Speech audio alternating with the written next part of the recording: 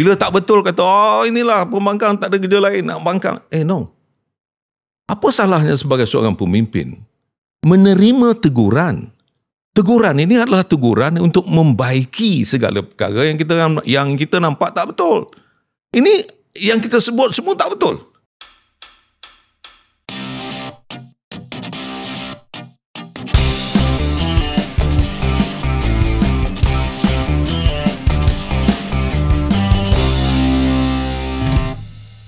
Assalamualaikum dan selamat datang ke episod 149 Keluar Sekejap bersama dengan saya KJ. Dan saya Syaril Hamdan. Syaril, berita yang sangat sedih di peringkat antarabangsa. Kita sedang melihat serangan bermula dengan begitu dahsyat dan kejam di Gaza oleh tentera dan juga pasukan tentera daripada rejim Tel Aviv ataupun Israel, bermula dengan serangan daripada udara yang telah membunuh ratusan, 400 lebih orang di Gaza, termasuk kanak-kanak kecil, wanita, civilians. Dan saya difahamkan berita yang terkini, satu pengumuman bahawa akan ada serangan darat, ground offensive. Dan kenyataan daripada Netanyahu, pemimpin Israel, adalah ini hanya permulaan. Dan mereka kata bahawa dibuat kerana kononnya Hamas tidak mengikut terma-terma genjatan senjata. Walaupun bagi saya lah, Syaril, ini lebih kepada usaha politik untuk menyelamatkan nyawa politik Netanyahu dan untuk memastikan bahawa mereka dapat mencapai matlamat Israel, iaitu untuk eradicate Hamas dan of course seperti mana Trump sebut, untuk really just completely annexing the Gaza Strip. Terrible news.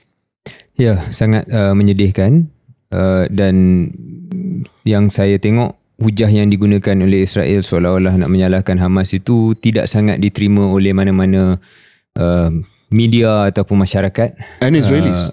Dan for what is worth, orang Israel juga yang mungkin atas kepentingan dia, iaitu tebusan dia lah. Bukannya majoriti dia kisah pun tentang apa yang berlaku kepada Palestin.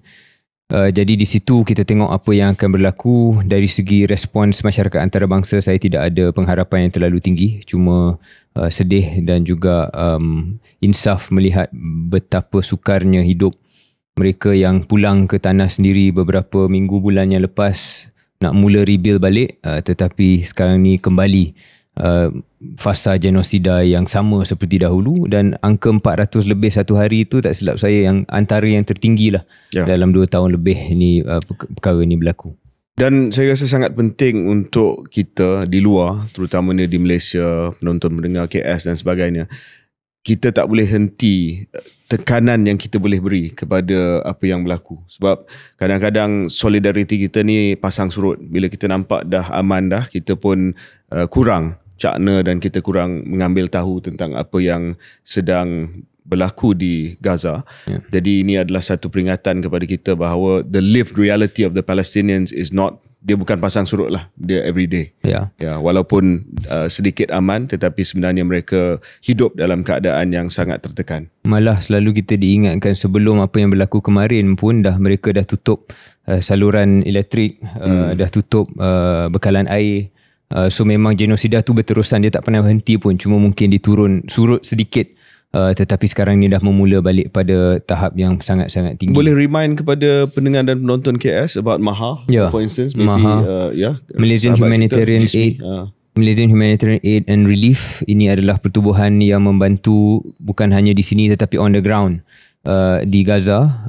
Jadi kita kembali letakkan lambang MAHA dan juga detail butirannya. Minta sangat siapa yang di kalangan kita yang ada lebih sedikit untuk kita menyumbang lah, terutamanya pada bulan yang suci ni. Dan mungkin secara ringkas juga KJ, saya tahu kita kedua-dua dalam bulan Ramadan ni kita akan kadang-kadang tengok video, dan salah satu yang sangat saya gemari adalah Imam Omar Sulaiman yang mana dia ada buat satu siri Ramadan ini. Dia ada 2 series kot. Satu dia just buat tiap hari tentang apa yang beliau nak pesan kepada kita. Tetapi ada satu siri yang istimewa, dia panggil The Barzakh series. I don't know if you've been watching. Setiap malam dia ada satu edisi ataupun episod dalam 10 ke 12 minit dalam bahasa Inggeris, tapi saya rasa tak sukar untuk pengikut ataupun penonton keluar sekejap boleh tonton juga. Dan saya insaf lah bila banyak benda yang kita mungkin lupa ataupun alpa KJ, terutamanya peringatan bahawa sebenarnya selepas hidup kita di bumi ini ada satu lagi kehidupan yang a full life in barzakh.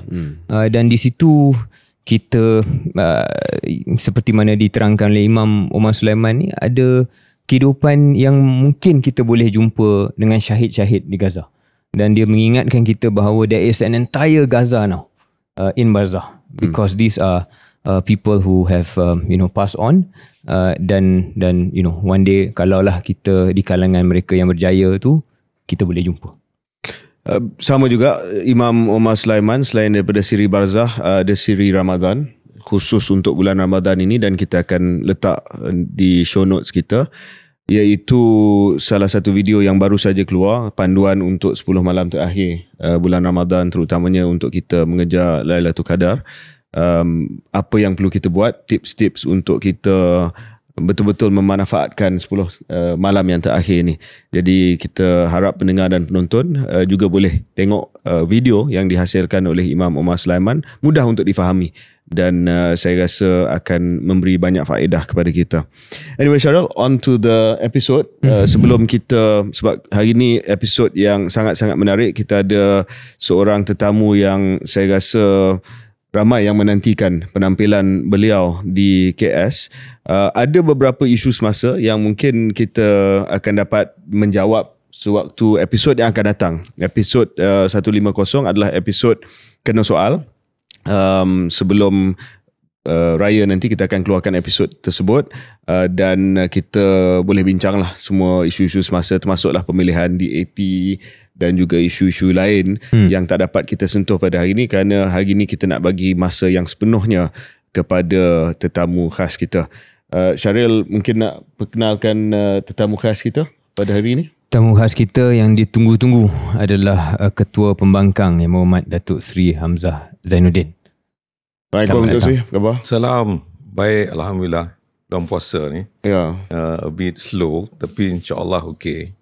Harap apa episod ni tak slow lah, dia rancak sikit. Tengok daripada soalan dia. Dia rancak ni terpulang pada soalan. Kalau soalannya rancak dia jadinya. InsyaAllah rancak. Datuk Seri, selama bulan puasa ni, macam dulu kan, saya dengan Datuk Seri ni rakan dalam Jemaah Menteri dulu. Waktu kita jadi menteri ni, bulan puasa ni sangat sibuk dengan program rasmi, majlis berbuka puasa, tarawih balik kawasan dan sebagainya.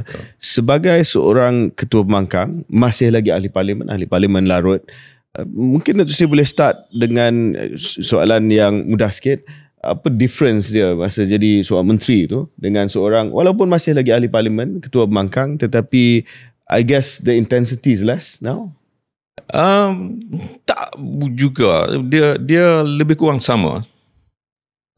Mungkin kerana kebiasaan kita ni bila dah jadi ahli politik, mula sekali kita panggil pegawai kita, okey, bulan Ramadan ni apa kita punya schedule. Jadi mereka akan cadangkan yang ini lebih kurang sama ya. Akhirnya penuh juga. Akhirnya kalau 4 minggu yang ada untuk rumah, jadi maknanya tiap minggu tu sekali lah di rumah, yang lain tu semua di luar. Sama ada, maklum sajalah, kita ni sekarang ni di Malaysia ni, kita bukan hanya berbuka bersama dengan orang-orang politik, contohnya kalau di kawasan, tapi juga dengan NGOs. Jadi dengan NGOs ni berapa kumpulan juga, ada yang bukan the non-Muslims, they would like to be with us untuk bersama dalam majlis berbuka. Itu pun ada juga. Jadi jemputan itu semua ada, sama ada orang politik ataupun bukan politik. Jadi soalan KJ tadi mengatakan sama ada the intensity tu sama atau tidak, saya rasa lebih kurang sama, tidak ada bezanya. As a politician, I think selagi mana you menjadi ahli politik tu, itulah yang akan kita buat. Mungkin KJ kot kurang sikit lah dari segi politik, tapi dari segi jemputan tu ada, tetapi dunia yang berbeza sikit lah Tok sekarang. Saya dunia media, dunia hiburan, dunia selebriti. So there is no intention to make a comeback, right? Dia keluar sekejap saja. Yeah, okay. Dia sekejap. That's good. InsyaAllah. Datuk Seri mungkin boleh mulakan sedikit dengan yang sebelum kita rancak, sebenar-benar rancak sedikit sebanyak tentang latar belakang lah. Datuk Seri lahir pada tahun 57 di Perak, mendapat pendidikan di sekolah Tuanku Abdul Rahman Star. Saya sebenarnya dapat offer pergi Star lepas UPSR tapi tak pergi. Tak pergi ya? Tak pergi, saya tak pergi. Saya maintain tak berapa gemar nak masuk ke sekolah asrama penuh waktu tu.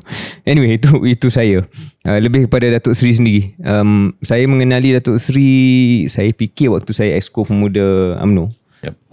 Dan pergi jumpa Datuk Seri dan dapat sedikit pandangan. Saya memahami bahawa Datuk Seri ni seorang yang datang daripada latar belakang korporat.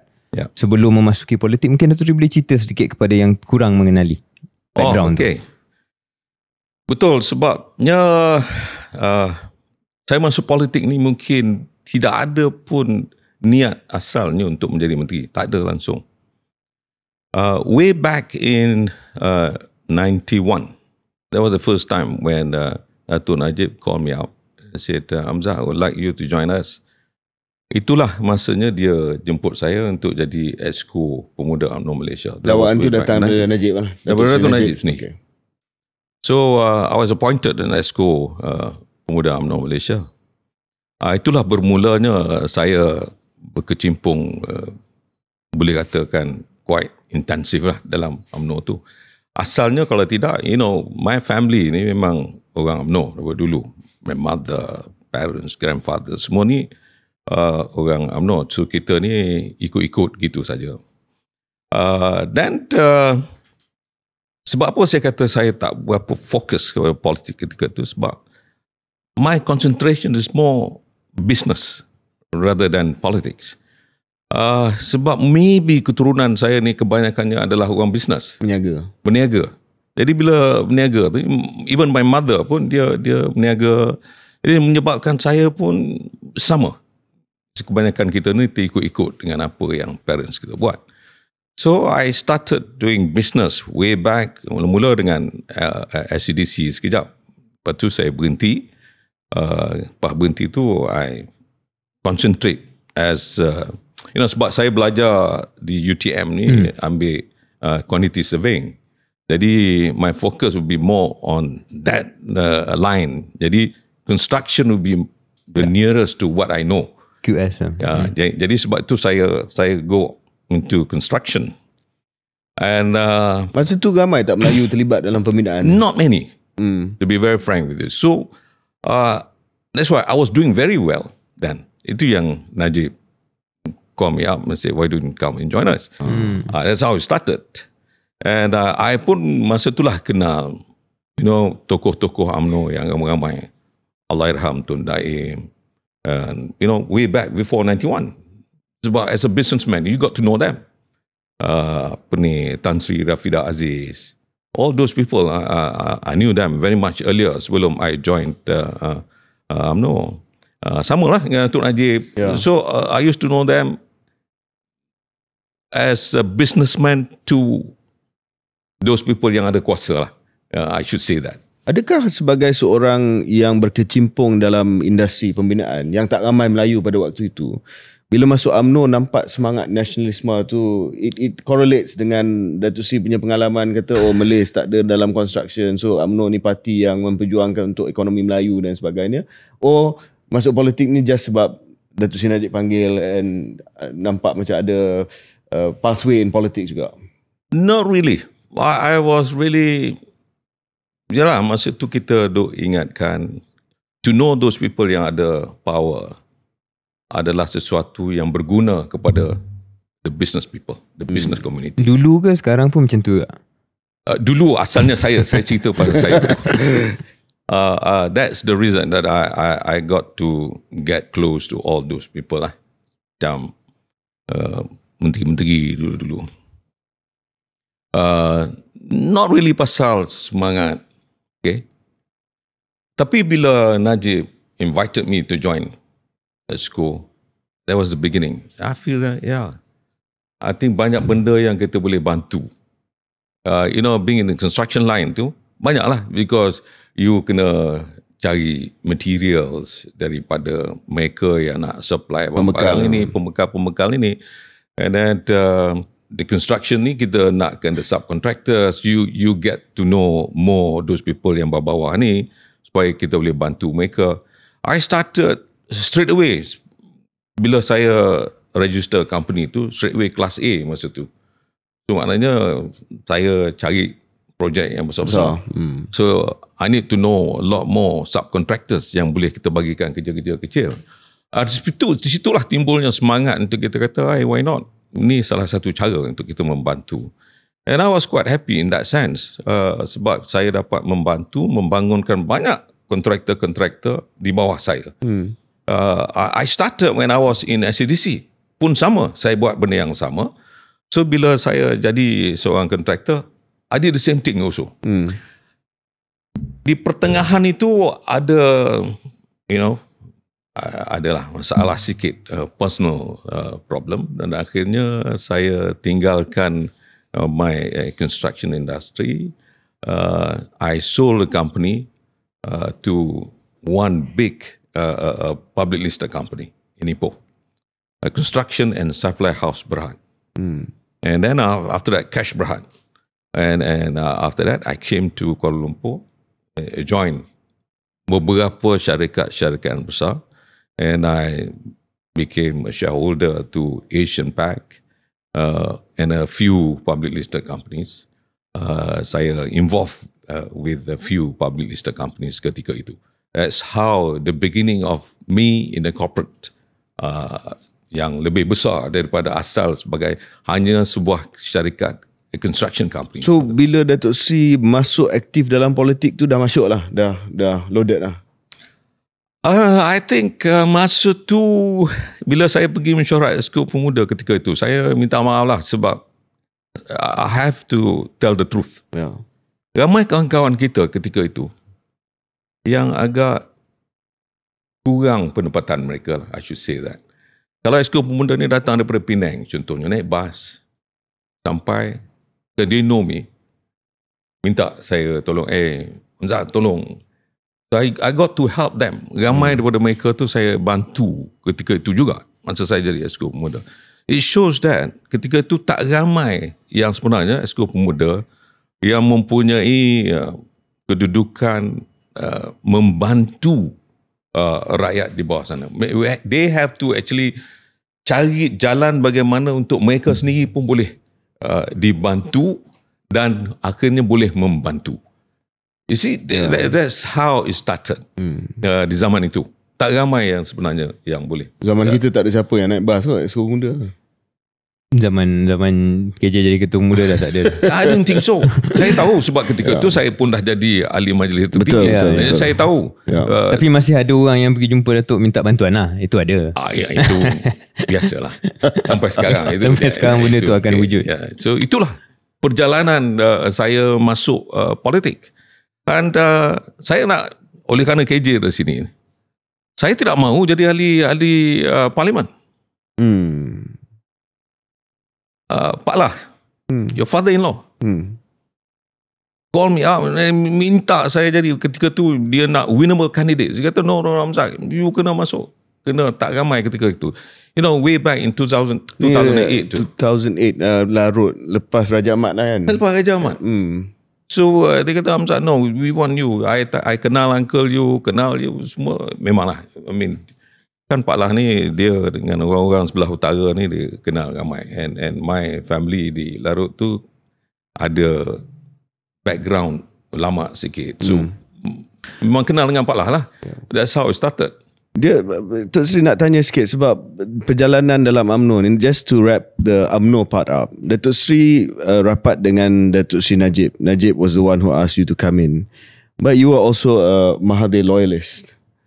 Dan tu saya juga difahamkan rapat juga masa PMX timbalan Presiden dalam UMNO. You are still close to Pak Lah. Adakah Datuk Seri ni President's man ataupun Datuk Seri ni just hedge semualah. No. Dia gini. As I mentioned earlier, bila you dah involved dalam bisnes ni, cara you akan berbeza dengan politician yang betul-betul ingin diri mereka naik ni. Dia kena ada seorang godfather and he will stick to it and sampai bila-bila lah. For me, contoh, I give you one example. Tun Najib invited me to be an exco pemuda. Pak Lah ni, saya kenal dia masa dekat UTM lagi. Dia masa tu jaga youth.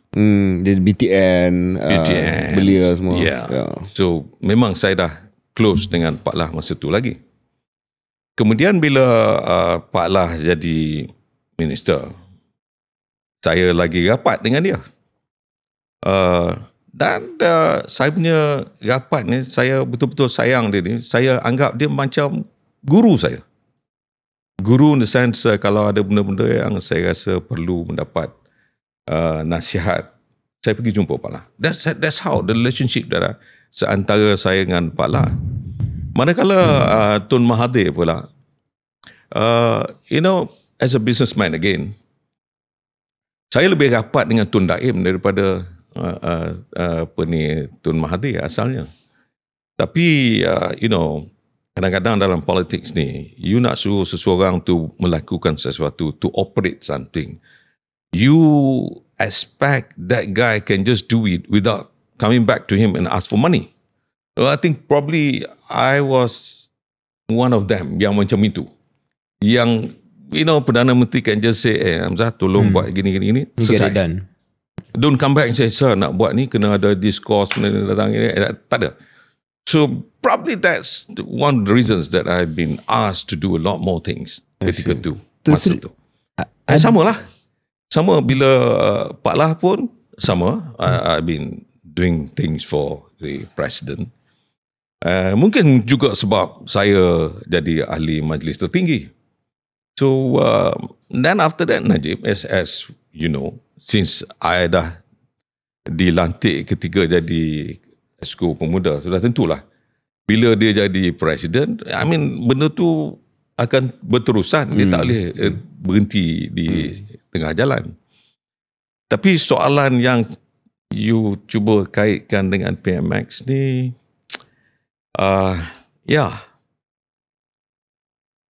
masa tu kalau kita orang muda, kita akan melihat bahawa Anwar Ibrahim lah idola pemimpin yang boleh menyelamatkan agama, bangsa, negara ketika tu. Probably bukan saya seorang, the whole country. Dengan ada juga pula dengan sokongan yang dibuat oleh Tun Mahathir ketika itu, kata yes, this is the guy yang boleh kita angkat sebagai menjadi seorang pemimpin yang boleh kita banggakan untuk bukan hanya negara tetapi ummah di seluruh dunia. Itu convince us, kebanyakan daripada kita. Pada asalnya when I was in the UTM tu, Anwar ni saya tak apa suka sangat. Sebab dia pergi kempen untuk bantai UMNO. Jadi saya marahlah sebab mak bapak saya UMNO, all those sebelum saya ni mengangkat UMNO tu sebagai satu wadah perjuangan untuk bangsa Melayu ni. So I was not very keen at that time to support him. Tapi bila dah Tun Mahathir mengatakan bahawa no, Anwar is the person, kita ni walak. Kalau Presiden cakap macam itu, kita kata okey lah, kita terima. So I became quite close to him. Dan saya bantu dia. Being a businessman, ada duit sikit-sikit, kita bantulah. Kemudian bila sampai satu tahap, I found out that he is not the man like what I fikirkan sebelum itu. And then I started to get away daripada Anwar. Itulah menyebabkan perpisahan daripada asal yang kita kata close to. Otherwise, I was very close to the family. In fact, dengan arwah Bapak mentua dia, Datuk Wan Smail was very close to me. Jadi menyebabkan suatu isu, saya keluar daripada kumpulan itu. Datuk Seri, saya nak balik kepada apa yang Datuk Seri sebutkan tadi, bahawa Datuk Seri ada kemampuan pada masa itu bila Datuk Seri masuk dalam UMNO. Jadi banyak tugasan khas diberikan kepada Datuk Seri. Sebab orang nak kenal siapa ketua pembangkang Malaysia ni. Dan ramai yang beranggapan bahawa Hamzah Zainuddin, the first word yang saya dengar bila saya tanya orang politik, who is Hamzah Zainuddin? Mesti dia akan jawab Hamzah Zainuddin adalah operator, antara political operator yang paling hebat dalam sejarah. Operator ni orang yang selesaikan masalah di belakang tabir. Dia tak pernah surface. Bagi saya, Datuk Seri ni dulu the Lord of Darkness. You operate in the shadows. Mahathir, Pak Lah, Anwar, siapa-siapa bagi tugas, you have the means, ada kemampuan, tak payah minta, oh ni bos saya tak ada duit nak selesaikan, you will settle the issue. Halas. After you, banyak yang berangan-angan untuk menjadi model operator ni, antara contoh Aziz Rahim, try to be operator, never quite like the Hamzah Zainuddin and the Tengku Nan of the world is the GOAT lah, the GOAT, greatest of all time operator. Tapi sekarang ni Datuk Seri dah jadi front man. You are no longer in the shadows, you are in the front. Are you still an operator, or now are you the man, the orang kata in the sunshine now? You see, kalau soalannya sama ada saya masih lagi operator ataupun sudah keluar daripada lingkungan itu, saya nak cerita dia ginilah. Masuk politik ni sebab apa? Ramai orang masuk politik ni kerana nak mencapai cita-cita mungkin menjadi pemimpin. Daripada cerita asal saya cerita tadi, saya masuk politik bukan kerana bercita-cita nak menjadi menteri. Tak ada. So, my attitude masih lagi sama. Siapakah orang yang patut saya bantu? The operation that I do will be the same dulu, kini dan insyaAllah selama-lamanya. Cuma bezanya dulu saya operate untuk pemimpin atas. Hari ini saya operate untuk agama, bangsa dan rakyat seluruh negara.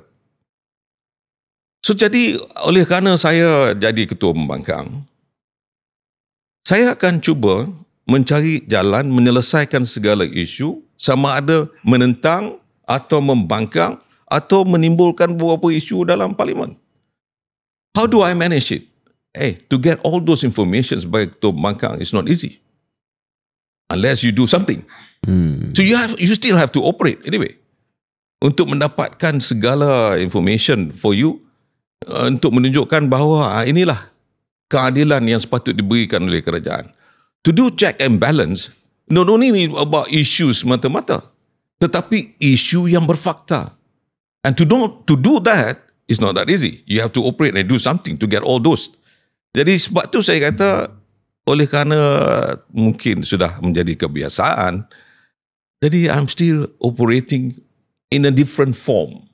Bukan untuk menaikkan seseorang, tetapi for the party, for the people, untuk negara. And I'm still doing that. Yeah, I just want to finish the line of questioning. So begitu Datuk Seri, sebab saya tanya begitu sebab ada yang beranggapan sebab Datuk Seri ada peranan. Kita tak perlu balik ke sejarah lah, tapi ada peranan sewaktu masalah antara Mahathir dan Anwar. Ada peranan. Datuk Seri ada peranan besar sewaktu Sheraton. So ada yang kata sekarang ni orang macam Hamzah Zainuddin ni, dia tak akan tunggu untuk pilihan raya. Dia akan operate supaya something akan berlaku sebelum pilihan raya. Is that what's happening? Not really. Kalau begitulah cara je. Dan dalam parlimen, surely I cannot just come up and debate with the Prime Minister. It shows that I can also do. Saya sendiri pun boleh. turun ke bawah and campaign. I can do that. And it's proven. Sebab bila saya berjumpa dengan ramai orang sekarang ini sebagai ketua pembangkang, barulah orang kenal saya. Dan ramai yang tegur saya, Tok, saya suka Datuk berucap dalam parlimen. Saya suka Datuk cakap lawan dengan Anwar dalam parlimen. Jadi maknanya you cannot just say that maybe dulu I was working in the dark as what you said. Tapi sekarang saya dah terbuka. Jadi maknanya I can boleh kedua-duanya saya boleh gunakan dengan pengalaman yang ada, dengan apa yang saya telah lakukan dulu tu, saya rasa saya boleh gunakan untuk parti, untuk kepentingan rakyat seluruhnya. Datuk Seri, mungkin lepas ni segmen seterusnya kita akan bincang keberkesanan lah apa yang Datuk Seri buat dari segi peranan sebagai Ketua Pembangkang dan Perikatan Nasional sebagai pembangkang sendiri. Saya tertunggu-tunggu segmen tersebut, tapi untuk mungkin segmen yang ini saya nak tanya Datuk Seri dari segi kesedaran dan pandangan Datuk Seri, sebab saya datang daripada generasi yang muda sedikit daripada kedua-dua yang sebelah saya ni. Wow. Dan saya rasa yang generasi saya dan yang lebih bawah, ada kalanya kami melihat sosok yang bergerak dan beroperasi di belakang tabir ni bukan sebagai benda yang kita romanticize tu, tapi sebagai masalah dalam politik Malaysia. Sebab selagi ada sosok, dan saya bukan nak namakan Datuk Seri seorang saja, tapi mana-manalah yang berkecimpung ataupun mewujudkan identiti sebagai operator yang hebat dalam politik ni. Kita yang dalam politik, mungkin waktu saya dalam politik melihat, wow, inilah hebatnya, dia pandai strategi dan sebagainya. Tapi orang luar, Datuk Seri, dia menyampah, dia tengok macam ni. Sebab dia rasa, this is the problem. Kenapa politik tidak di depan? Kenapa tidak berbincang soal dasar? Kenapa ada Sheraton move? Kenapa ada langkah belakang tabir dan sebagainya? So Datuk Seri rasa adakah ada peralihan generasi yang mungkin cara Datuk Seri yang lama dulu dah tak boleh pakai dah sekarang? Dia beginilah, dalam politik ni, ada orang berpandangan berbeza di antara satu sama yang lain. Tapi pada seorang pemimpin, you tengoklah daripada dulu pun, kalau dalam Islamnya pun sama. Kalau mereka bekerja, mesti berkumpulan. Dia tidak boleh nak menunjukkan diri dia keseorangan. There's always companions. Kena ada. Dan masing-masing mempunyai tugasan masing-masing. Kalau you tengok dari segi sejarah Islam, mesti ada orang yang sebegitu rupa. Hebatnya Khalid bin Walid. Tetapi, apakah cerita yang asalnya untuk siapa? Apakah dia melakukan sesuatu itu untuk kepentingan dia naik atas? Tak ada. Tapi dia hebat. Apakah orang muda tak nampak, tak boleh orang macam ni menyampah, tengok dia yang terlampau hebat, tapi orang lain dapat nama. No. You cannot do that. You tak boleh buat perbandingan sebegitu rupa. Dan I think memang ianya berlaku sampai bila-bila. Hitler pun ada orang yang dia guna sebagai operator. Itu sesuatu yang telah terjadi kehendak Allah SWT, kerana tidak ada mungkin seorang yang melakukan sesuatu keseorangan. And I'm telling you, jadi kalau orang namakan operator itu, salah orang itu. Salah orang yang menamakan. Saya tak pernah pun menyebut bahawa saya ni operator. That's why people will always say, he's always working in the dark. Yalah, because saya tidak mahu menunjukkan bahawa apa yang saya lakukan perlu dimaklumkan kepada seluruh dunia. I'll give you one example. Sebagai timbalan Menteri Luar, because of my experience melakukan sesuatu, I'll give you just one example, one case. Sweden. Parents kita, our diplomat, husband and wife, pukul anak, akhirnya dipenjarakan. Pukul sebab apa? Sebab kita biasalah, kita orang Islam, terutamanya orang Melayu, anak tak mau mengaji Quran, you buat apa? You ambil rotan, you pukul gitu je. Tapi lebamlah sikit. Kalau kat Sweden tu memang dia cannot lah. Dia cannot accept lah. Tak boleh. Undang-undang. Okay? Akhirnya, the parents kena penjara. Okay? I want to tell you the story. Tapi dia akan jadi panjang lah storynya. Saya nak pendekkan. Saya pergi. Saya diarahkan oleh Perdana Menteri ketika itu Tuan Najib, kata Hamzah, I think you can resolve this matter. And I went. Bila pergi ke sana sebagai satu contoh lah. Kalau you tidak ada pengalaman seperti itu, how could you manage to go and visit the parents? Kita pun tak tahu bahawa kalau nak jumpa orang dalam penjara, dia ada vetting. You kena tulis surat. Sekurang-kurang ambil masa paling cepat pun 1 bulan. But I went there without knowing I had to do that. Tapi saya terpaksa sebab bila saya jumpa anak-anak mereka tu, I went there on Friday. Okay? The parents nak kena charge on Monday. Maknanya tinggal berapa hari? Jumaat, Sabtu, Ahad, Isnin. Dalam masa 4 hari. And I tell you, bila nak charge the parents, anak-anak ni will be the witness to go against the parents. Undang-undang di Sweden pula kata, kalau parents dah kena jail, besok dah keluar, 2 tahun tidak boleh jumpa anak-anak ni. Apa pendapat you ketika itu? Kalau you tidak ada pengalaman nak melakukan sesuatu, you might just think, you can't do anything. You go back. Betul? Saya tak sampai hati. I have to do something, I said. Dan akhirnya saya bawa budak-budak ni, bawa balik. I don't want to use perkataan yang tak boleh digunakan di sini lah. Tapi saya bawa balik. So, bila kita bawa balik, siapa yang dapat nama? It's the Prime Minister. Tapi masa saya nak bawa balik, saya telefon Tuan Najib. Saya said, sir, I have to bring these children back. Hamzah, no way, you cannot do that. You kena minta kelulusan government. Government, takkan dia nak bagi budak-budak ni nak jadi witness on Monday? You see, that's the difference. Kalau you kata, oh tak boleh, inilah menyampah. No. It's not true. There are so many other cases. Bergantung pada aplikasi lah. Application. I think that's it, Syaril. Mungkin nak tambah sikit apa sebagai generasi yang tua macam Syaril kata tadi. I don't think you can use operators untuk subvert demokrasi. Yeah. Tetapi sesiapa pun, saya sendiri sebagai seorang bekas orang politik, kalau balik politik, dalam speed dial saya nak ada seorang operator. I think you also appreciate that. Yeah. Kalau movie Pulp Fiction, The Wolf lah, Harvey Keitel kan, ada masalah, he call dia boleh selesaikan. I think bukan nak subvert demokrasi, tetapi the guy who can handle it lah.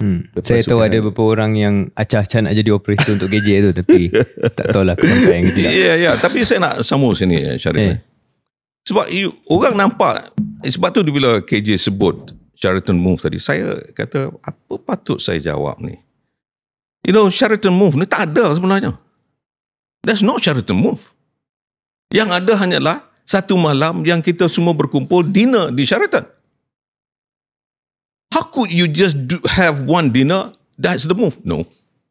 There was no discussion. Nothing happened there in Sheraton. Tetapi perkara itu berlaku sebelum itu. 1 month, 2 months before that. Which is not in Sheraton. Tetapi yang berlaku itu, orang marah lah. Ada 2 kumpulan yang marah. Kumpulan yang marah kata, inilah operator ni yang menyebabkan kerajaan jatuh. Ada orang yang kata, kalau tidak kerana dia, tak berlaku perkara ni. So, there is positive and negative. Jadi, tak bolehlah beranggapan orang menyampah. Orang menyampah tu orang yang tak suka kerajaan itu jatuh. Orang yang suka adalah kepada mereka yang dapat menjatuhkan kerajaan yang mereka menyampah. Dua-dua itu boleh digunakan. Sebab menyampah ni, orang menyampah kepada kerajaan yang ada hari ini, minta supaya, come on, all the operators you combine and make sure. Ada. Sepatutnya lah. Tak, ada gerakan macam tu juga. No, contoh. Okay. Lah. Tapi apa yang saya sebutkan tu, patutnya apa-apa perubahan besar ni berlaku di ballot box lah. Correct. Dia cerita kita ni, bukan saya tak setuju sepatutnya berlaku di ballot box. Saya setuju sangat perkara tu. Sebab itu kita ada election, general election. Tapi cerita kita hari ni, apakah ada keperluan untuk perkara ni berlaku? Itu terpulang kepada individu. Kalau you tanya rakyat hari ni, saya sebagai ketua pembangkang, everywhere I go sekarang ni, orang akan tanya, Tok, bila lagi nak tukar kerajaan ini? Sebab dalam perlembagaan kita membolehkan kita tukar kerajaan. Tapi Datuk Seri memahami tak dari segi pengalaman selepas langkah Sheraton? Suka tak suka Datuk Seri, saya tengok analisa antara sebab Pakatan Harapan boleh menang dalam pilihan raya baru ni 2022 adalah sebab orang rasa bahawa mandat yang diberikan tu tak dapat diselesaikan. Jadi selagi sentiasa ada move, apa saja move lah, dia akan mengurangkan kepercayaan orang pada sistem demokrasi dan benda ni tak selesai. Okay. Sebab besok kalau seorang lain menang, tim lagi satu pun akan buat langkah yang sama. Saya nak jawab you. Saya rasa pada saya itu juga adalah sesuatu yang salah. PH hari ini form government ni bukan sebab dia majority. How could you say that? Oh, inilah menyebabkan PH hari ini boleh form government? No. Kita tak boleh nak dengan the equation is so simple mengatakan kerajaan hari ini adalah sebab Sheraton move. No. Sebab Sheraton move pula yang PH hari ini jadi kerajaan. Tak juga betul. Kalau betul, sepatutnya PH tak payah bergabung dengan UMNO untuk tubuh kerajaan. Why PH tubuh kerajaan hari ini bersama dengan UMNO? Kerana tak cukup untuk mendapat majority. Maka dia bergabung dengan UMNO. Why UMNO bersetuju nak bergabung dengan PH? Kerana nak kuasa untuk bersama dengan Anwar. So that's it. Jadi ada orang yang marah. Kebanyakan punya orang Melayu, I'm telling you, marah mengatakan why UMNO nak bekerjasama dengan PH. Tapi balik kepada orang UMNO tersebut yang macam Datuk Seri kata ada jumpa orang Melayu yang kata bila lagi nak tukar kerajaan, Datuk Seri kata memang boleh ditukar kerajaan. Tapi sekarang ni kita ada Akta Lompat Parti dan saya notice waktu pengubalan Akta Lompat Parti perbahasan, Bersatu tak terlibat dalam perbahasan tersebut. Mungkin kerana rasa segan sikit Datuk Seri kot sebab dulu lompat kan. Dia ginilah. Itu nakal. Inilah. Kalau kita kata lompat itu satu yang salah, saya ingat kita apa salah kalau kita guna ayat hijrah. Jadi dia boleh kedua-duanya. Terpulang kita nak guna ayat yang mana. Ayat nakal dia kata lompat. Kalau saya menjawab secara nakal, ialah apa yang selalu orang kata katak melompat. Ada peribahasa Melayu mengatakan katak duduk di bawah tempurung. Kalau tempurung tu besar, katak-katak duduk dalam, dah nak mati lah. Panas bahara dengan macam-macam isu, macam-macam kes, macam-macam. Kalau tak keluar, cara mana keluar? Ada cara yang keluar dikatakan hijrah. Ada cara keluar, katak yang dalam tu tergajang. Contoh keluar sekejap. You know, jadi cara. Tetapi tempurung tu masih lagi ada. Katak-katak masih lagi tunggu dalam tu. So it doesn't matter. It doesn't matter to me. Tapi cuma ini dalam politik. Kita adalah sama ada ianya boleh diguna pakai dalam waktu mana, perjuangan yang mana yang harus kita bawa, itu terpulang. I welcome both of you, for example, to come and join us. Kenapa? Dalam politik ini, kita tak boleh lah nak kata, kita tak boleh ni, kita kena teruskan. Mesti biar macam mana tempurung ni nak kena bakar, mampus pun, duduklah dalam tu. You can't do that. Jadi ada sebab-sebab tertentu. Okay. It's one of the better answers I've heard. It's a good answer. Good answer. Well done. Seni tu ada. Okay, kita akan break seketika dan kita akan kembali selepas ini. Kita akan minta pandangan jujur daripada Datuk Seri prestasi Perikatan Nasional sebagai pembangkang.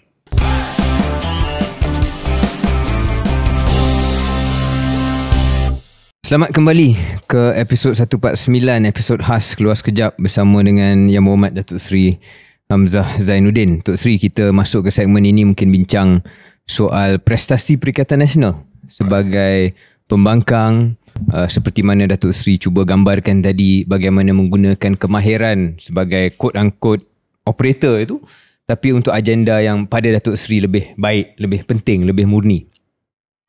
Tapi mungkin kita boleh teruskan volume rancak kita Datuk Seri dengan satu lontaran daripada saya mewakili suara kritis. Ini hanya untuk suara kritis, untuk pembincangan kita. Lontaran saya begini Datuk Seri. Aset yang terbesar Datuk Seri Anwar Ibrahim sebagai PM bukan berada dalam kabinet dia.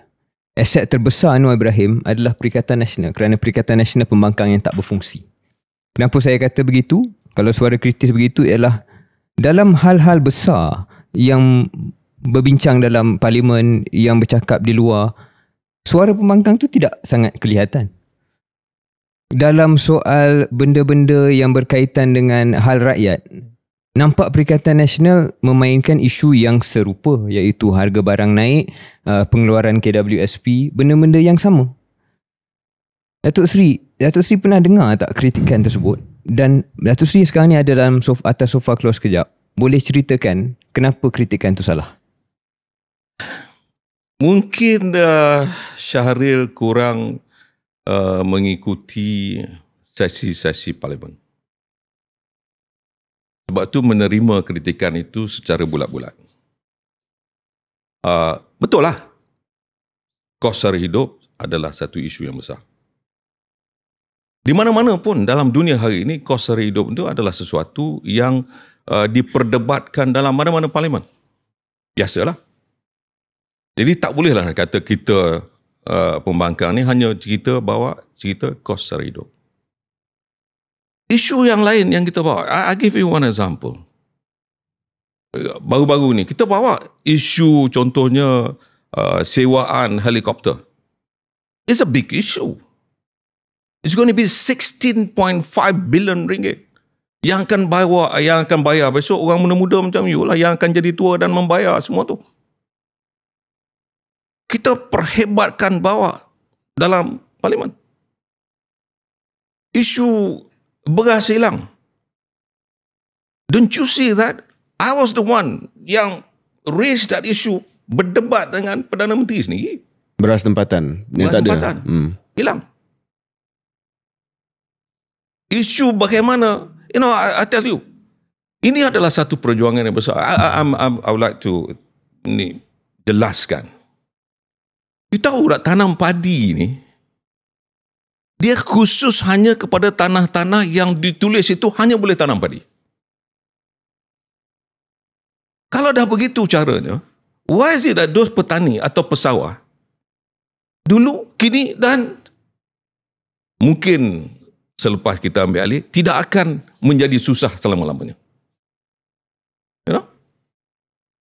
Pasal apa dulu, sampai sekarang ni, pesawah tu masih lagi dia anggap sebagai kumpulan yang miskin. Why? There must be something wrong. Sudahlah you tekan, tak boleh buat lain. Hanya tanam sawah. Hanya tanam padi. Sawah saja. That is wrong. Satu. Bukankah itu juga perjuangan untuk kita membebaskan mereka daripada kemiskinan? Saya tak kata boleh dibenarkan buat benda lain. Tetapi, mengapa tidak diberikan sesuatu solution untuk mereka ini bukan hidup miskin? Sudahlah tanggungjawab mereka for food security. Cuba kita fikirkan benda ini. Yep. Sebab itu, bila you kata kita tak perjuangkan, saya sendiri debat dan akhirnya Anwar kata, okeylah, kita naikkan. Hari ini, harga lantai bukan hanya lagi 1,200, sudah naik jadi 1,500. It shows that we fought for them. Itu tentang padi. Beras, saya lawan. Akhirnya macam mana? Dulu masa kita dalam kabinet. You were in the cabinet. Tak ada isu beras tempatan hilang ni. Why dalam 2 tahun ini? Dan kita perjuangkan daripada mula sehingga sekarang. Dan akhirnya terbukti beras tu ada, tapi sudah dicampurkan. Orang persoalkan pasal apa dulu? Oh, dulu pun ada. Dulu ada, tetapi beras tempatan tak hilang. Masih lagi ada. Pasal apa tiba-tiba sekarang ni ada? Maknanya sudah ada sesuatu yang kita bangkitkan dalam parlimen, perjuangkan dalam parlimen, sehingga kan kerajaan terpaksa selesaikan isu ni. Tapi balik kepada soalan Syahril tadi, Datuk Seri. Datuk Seri telah memberi penjelasan beberapa isu yang telah dibangkitkan, dan kalau kita ikut parlimen, memang kita tidak nafikan, yes, memang ada.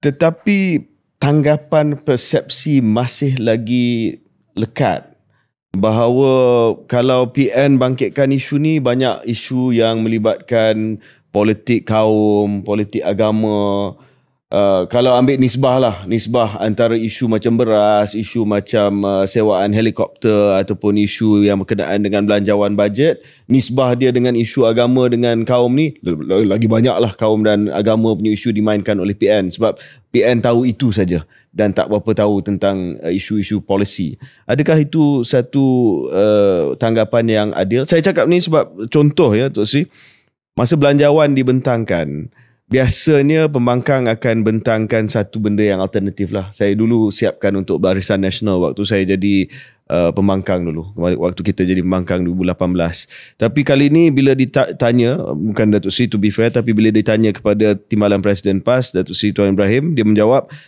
rakyat tunggulah PN ambil alih kerajaan untuk melihat bajet mereka.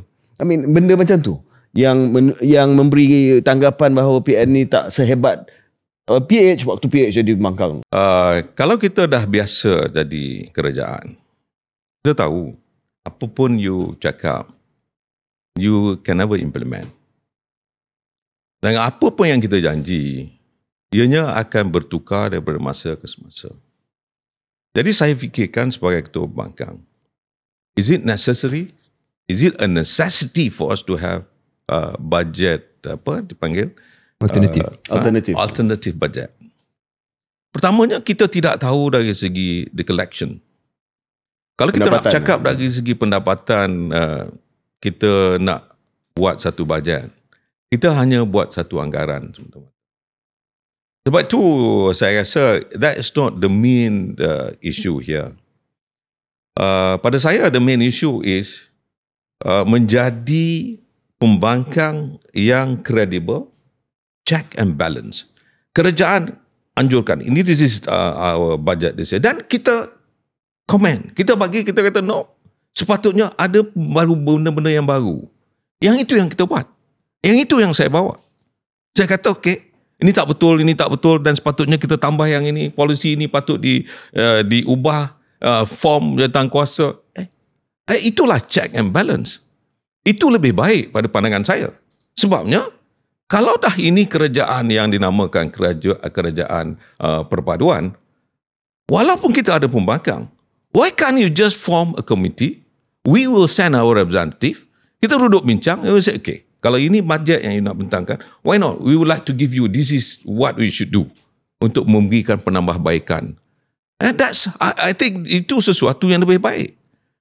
Tetapi kalau kita hanya ambil pick up kepada satu dua komen yang dibuat oleh beberapa orang ahli parlimen, it's not fair. Kerana ialah, saya boleh berikan apa yang telah saya cakap sebagai contoh. Saya boleh berikan apa yang Datuk Radhi Jidin dah cakap pasal ekonomi. Saya boleh berikan apa yang Datuk Saifuddin dah cakap dari segi education.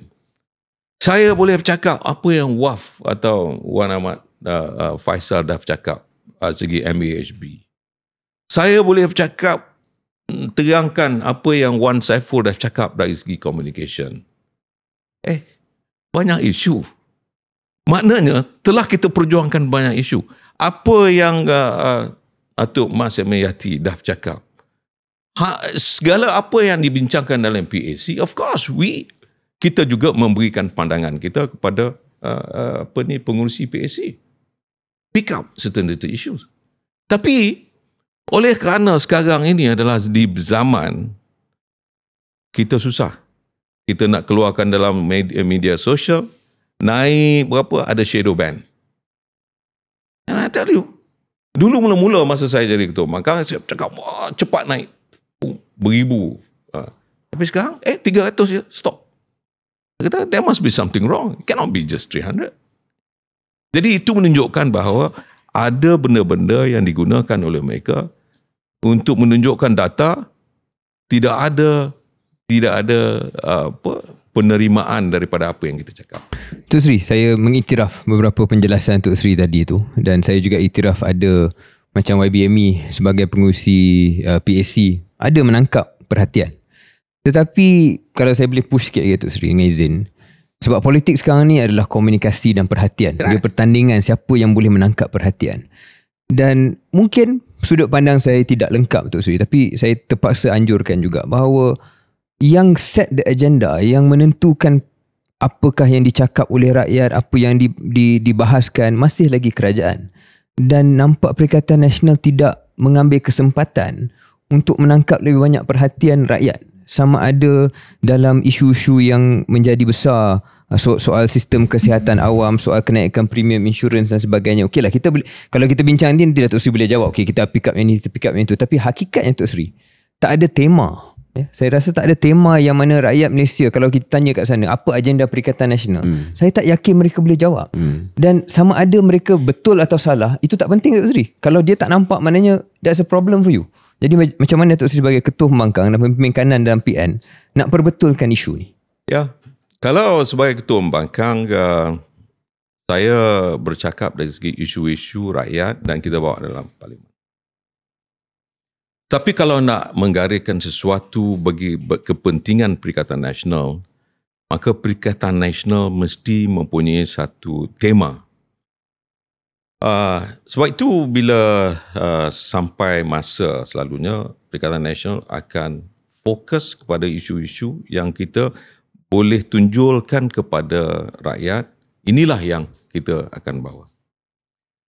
I give you contoh lah. You tadi mula-mula KJ kata kalau boleh tak ada lagi lah Sheraton move, kita tunggu sehingga the ballot box. You should have a proper timing to make sure that apapun you nak buat sampai masa this is what we want to do.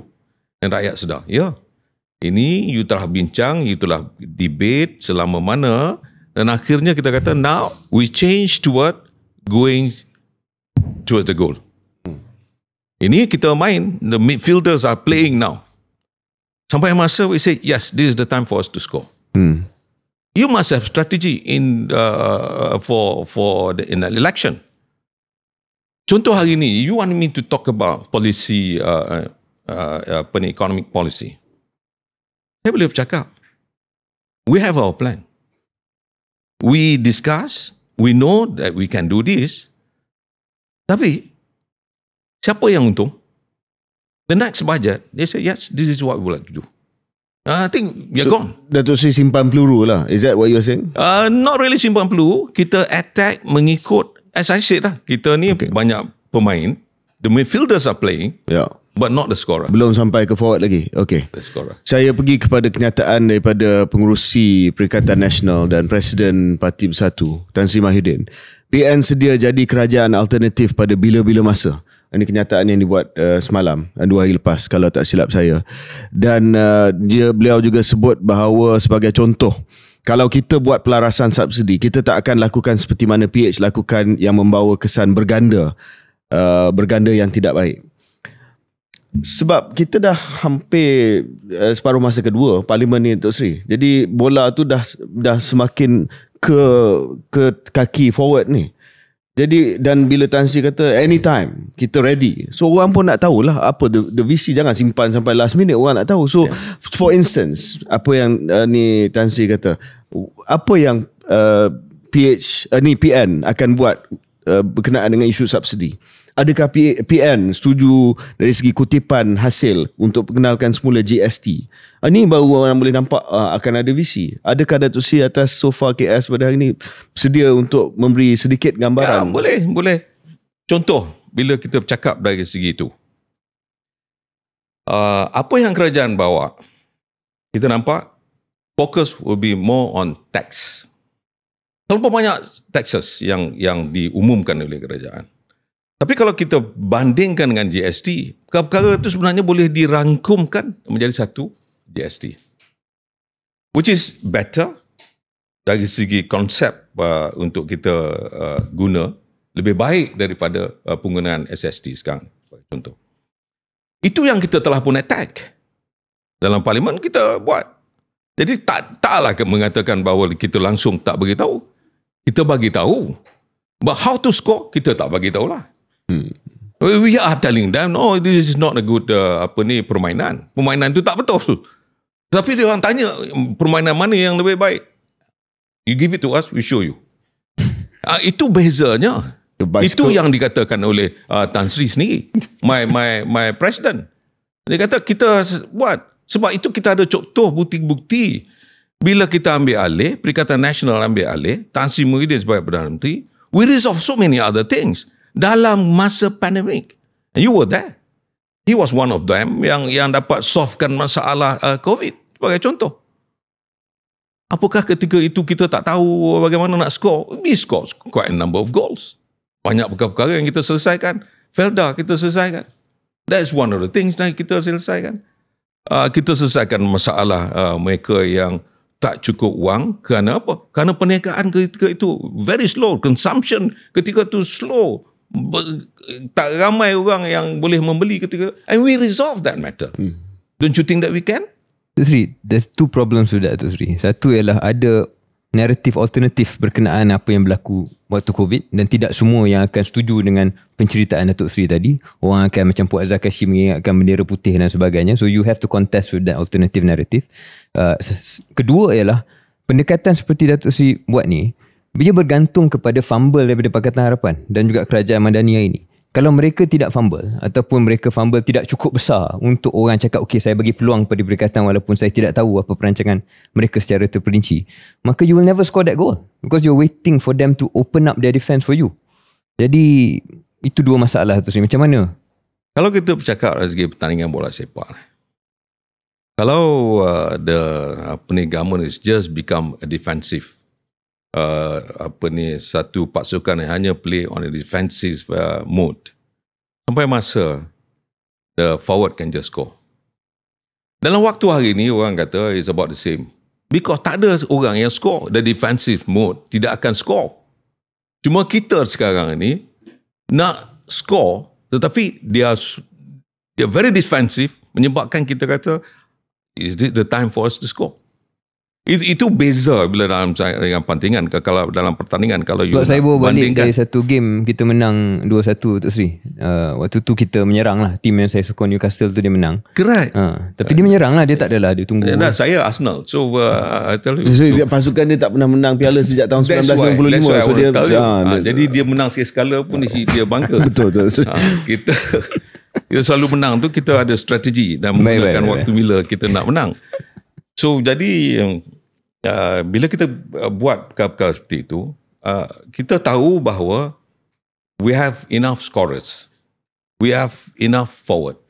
Maksudnya now is the time for us to score. I think we will score.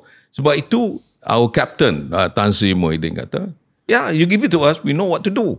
Sebab kita tahu, sebab pengalaman kita. When you talk about pengalaman ini, I think kalau you bandingkan kita dengan mereka sekarang ni, we have enough flying hours.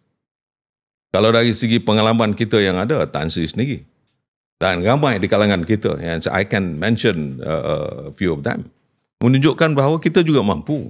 Bukan kata kita tak boleh, kita boleh. Tapi kalau nak kata tak nampak apa alternatif apa dalam keadaan macam mana, we been attacking daripada mula sampai sekarang, kita masih lagi attack. Cuma tak nampak gol yang kita score. Walaupun ada, sampai tadi pun Syaril kata, beras sudah score 1. Padi kita sudah score 1. Banyak isu-isu yang telah pun kita score. Tapi orang tak kata itu adalah gol yang boleh dibanggakan. Datuk Sri, kita nak alih kepada gol yang dijaring oleh Kerajaan Perpaduan hari ini dan prestasi Kerajaan Perpaduan.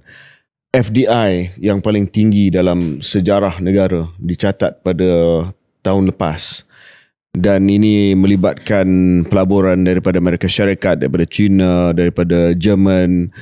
Bursa Malaysia walaupun pasang surut, tetapi tahun lepas telah pun mencatat prestasi yang hebat, yang menakjubkan, yang hebat dan dahsyat, seperti mana disebut oleh Arau selalu.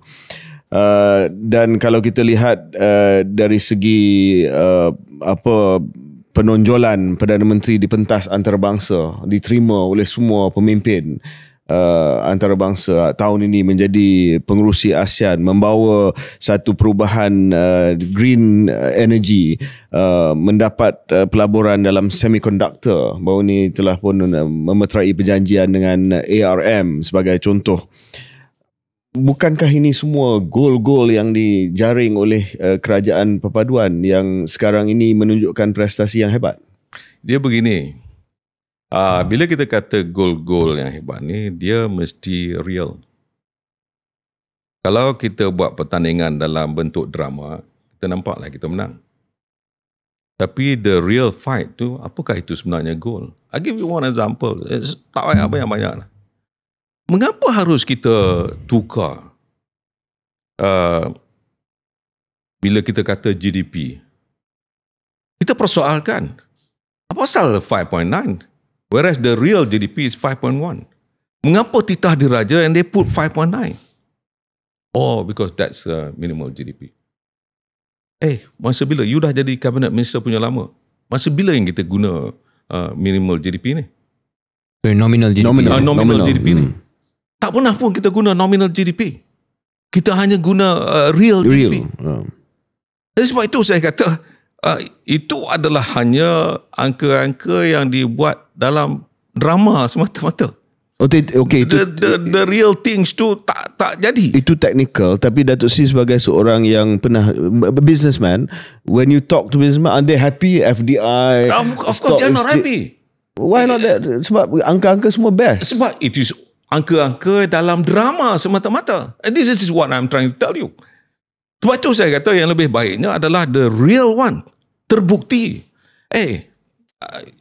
Takkan Zafrul umum semua drama. Pelaburan semiconductor ni adalah benar. Pelaburan daripada China benar. Trade ini semua benar. Benar, tetapi apakah ianya berlaku? Pengumuman mengatakan yes, the investors are coming with $1 billion. But do they bring the money? Kalau they bring the money, why is it that you cakap tadi, wah hebatnya our equity market hari ni very good. Last year stock market ringgit semakin kukuh. Stock market masa bila yang ada?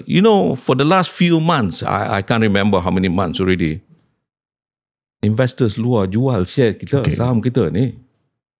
They are actually selling. They are not buying. So masa bila yang kita kata stock market kita bagus? Stock market kita ni hanya boleh bagus kalau orang luar jual, GLC beli, EPF beli. Orang luar jual, kalau begitu caranya, akhirnya there is no real foreign investors yang membantu kita punya equity market. Dan saya bawa benda ni dan saya debate dengan Anwar Ibrahim. Saya kata, stock market for example, dia kena ada sesuatu yang interesting yang menyebabkan orang masuk. And I mentioned that. Singapore had done macam-macam produk-produk baru yang menyebabkan investors luar negara kata, this is very interesting. They went in. Indonesia has done that too.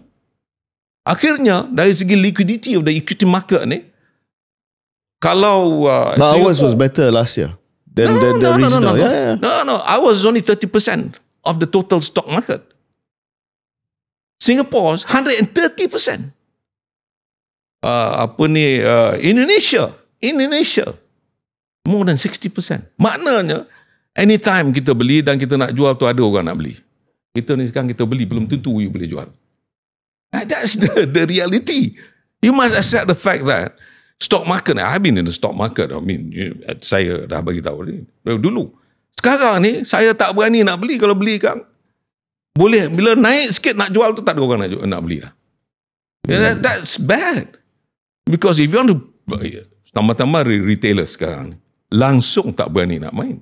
Kalau you tengok dari segi the table tu semua merah ya. Sebab tu siapa yang kata baiknya kita punya stock market ni? That's why I'm asking you. Ya. No, saya rasa komen Datuk Seri tentang penjualan net daripada pegangan asing dan dibeli oleh GLC itu ada kebenarannya. Fair. Tapi nak kata penjualan oleh foreign investors ni disebabkan Malaysia teruk sangat pun saya rasa tak berapa fair. Sebab kalau kita tengok negara-negara lain dalam rantau ini pun memang sebabkan masalah geopolitik, masalah lain. Maka the outflow tu is not really a reflection of whether sama ada mereka ada keyakinan atau tidak ada keyakinan tentang Malaysia spesifik lah. Dia gini. That's why I letakkan when you talk about this, when you look at geopolitik ni, Janganlah bandingkan kita dengan Eropah. Kita bandingkan kita dengan the ASEAN countries. Yang lain pun outflow juga, Tan Sri. Betul. Tapi the volume of outflow. Dia cerita kita ni, the interesting part, I'm telling you, contohnya Singapore. Dia bila dia tengok macam tu, dia create something yang interesting. Yang menyebabkan people stay put. Yang ini yang kita tak nampak ataupun kerajaan tak buat. Yang itu yang kami di pihak pembangkang, we told the government and said, hey, tengok ni. Why is it that dia orang boleh create benda-benda macam ni dan kita tak buat? Dato' Sri rasa tak cukup dari segi National Semiconductor Strategy, dari segi Industrial Master Plan, dari segi Johor Singapore Special Economic Zone. Ni all the macam Dato' Sri kata, catalyst yang Dato' Sri kata ada kat Singapore, ada kat sini juga kan? Yeah, when you talk about this kind of catalyst ni, it is a long term. Kita cakap dari segi catalyst, strategi kita untuk membesarkan ekonomi kita ni, you must look at various strategy.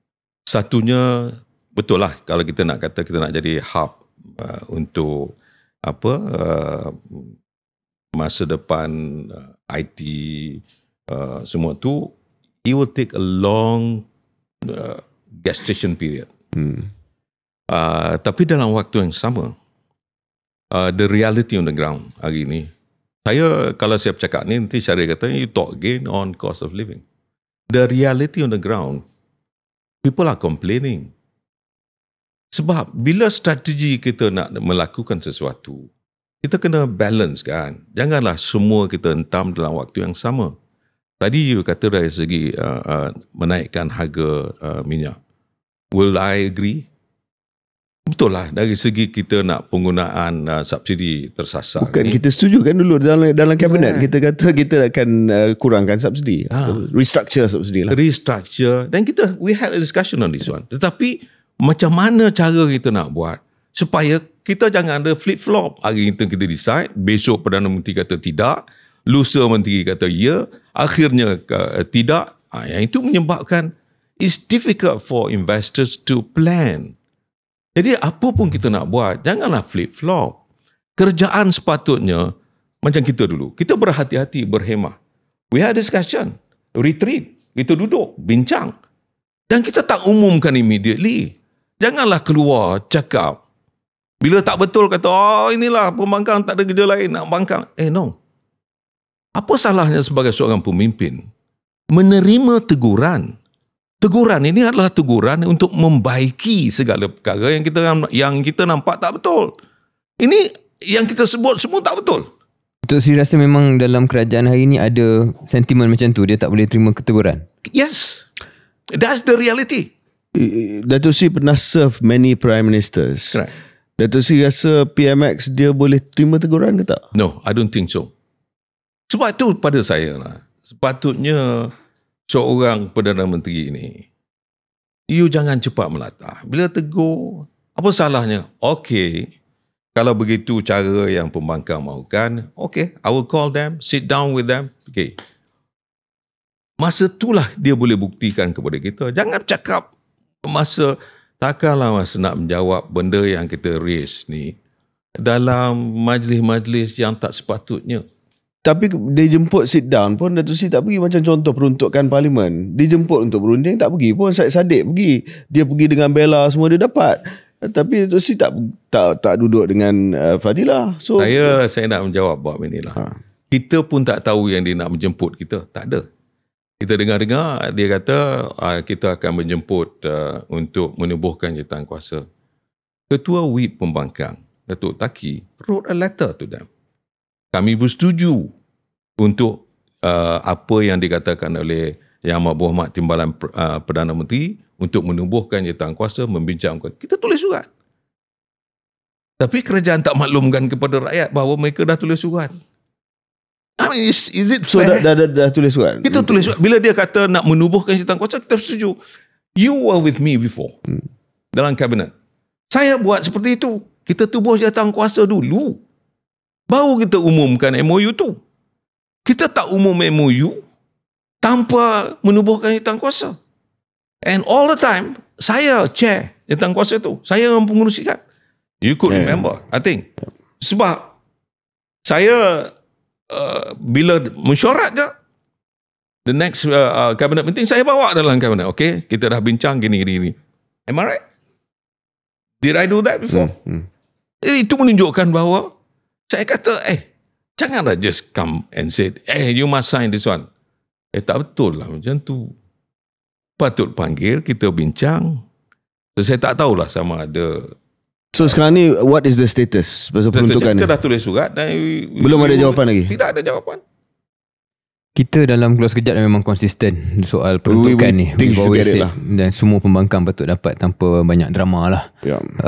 Tapi itu pendirian kerajaan begitu, dan Datuk Seri dah terangkan apa status dari segi sudut pandang Datuk Seri sendiri. Saya nak menutup sikit segmen ini sebelum kita pergi segmen seterusnya. Sekali lagi peluang untuk Datuk Seri jelaskan. Dari segi tadi kita bincang prestasi kerajaan Madani, Datuk Seri dah tekankan soal di bawah ada yang kurang selesa lah dengan keadaan kos sara hidup. Saya setuju, dari segi kos sara hidup memang sentiasa akan menjadi isu. Cuma kalau kita dalam kedudukan kerajaan, mereka akan katakan inflasi tidaklah tinggi sangat. Kita dah bagi sumbangan tunai rahmah. Kita dah buat penyasaran subsidi yang kita ambil daripada mahal kaya dan kita bagi kepada orang yang susah. Itu tema mereka, Datuk Seri. Jadi saya nak lontarkan balik Datuk Seri. Tema Perikatan Nasional nak selesaikan kos sara hidup ni apa? Takkan hanya bangkitkan masalah. No. Sebenarnya saya pernah jadi menteri Menteri Sara Hidup, Menteri Perdagangan dalam negeri. We were together. Ya. KPD and KK. Jualan rakyat ni, I started it. Dia buat jualan rahmah. We started it. I was the one, the minister in charge. Ya. Okay. Jadi kalau nak kata, ini adalah dia punya tema, tak betul. Dia follow je. Hari ni dia cakap dari segi, saya tengok dalam TV. Buat advertisement. Rakyat patut ikut spy catcher. Price catcher. Tanya KJ. It was your time. I was the one who developed that one. Bawa dalam kabinet. Kabinet setuju. Yes, this is a good one. Do it. Sumbangan tunai rahmah tu pun nama asal dia beri. Nama asal dia beri. Jadi, come on. Tema apa yang you cakap ni? Okay lah, fair lah. Itu, you just tukar kulit saja. So, can I do it? Tukar kulit? No, I started it. I should know how to improve it. Itu sepatutnya yang kita fikirkan. Sebab tu kan saya masukkan tadi bab dari segi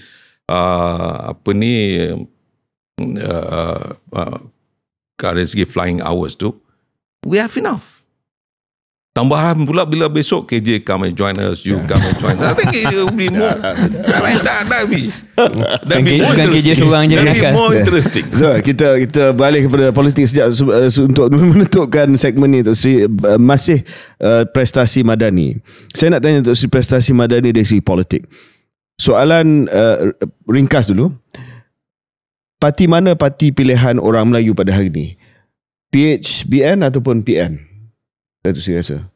Dari segi kedudukan orang Melayu, I think majority are with us. You still think masih with us. Dan adakah Datuk Seri rasa banyak puncanya? Tapi apa pandangan Datuk Seri berkenaan dengan hubungan UMDAP ni? UMNO dengan DAP.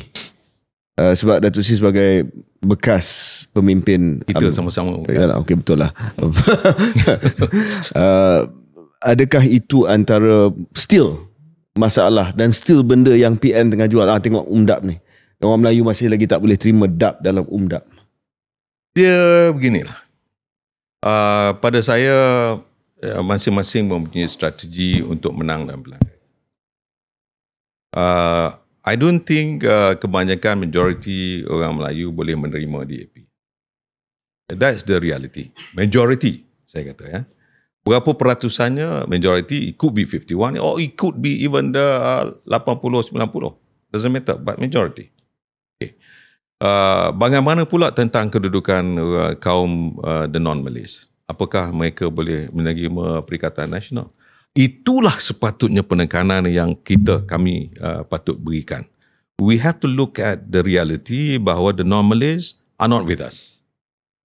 Jadi dari segi komen untuk cerita UMDAP ni, pada saya lebih suka untuk tidak memberi komen tentang kedudukan UMDAP. Biarkan mereka berterusan, tapi yang penting pada kami adalah untuk fokus. On that point, apa yang UMDAP buat untuk cuba mendapat orang Melayu terima DAP? They are doing it.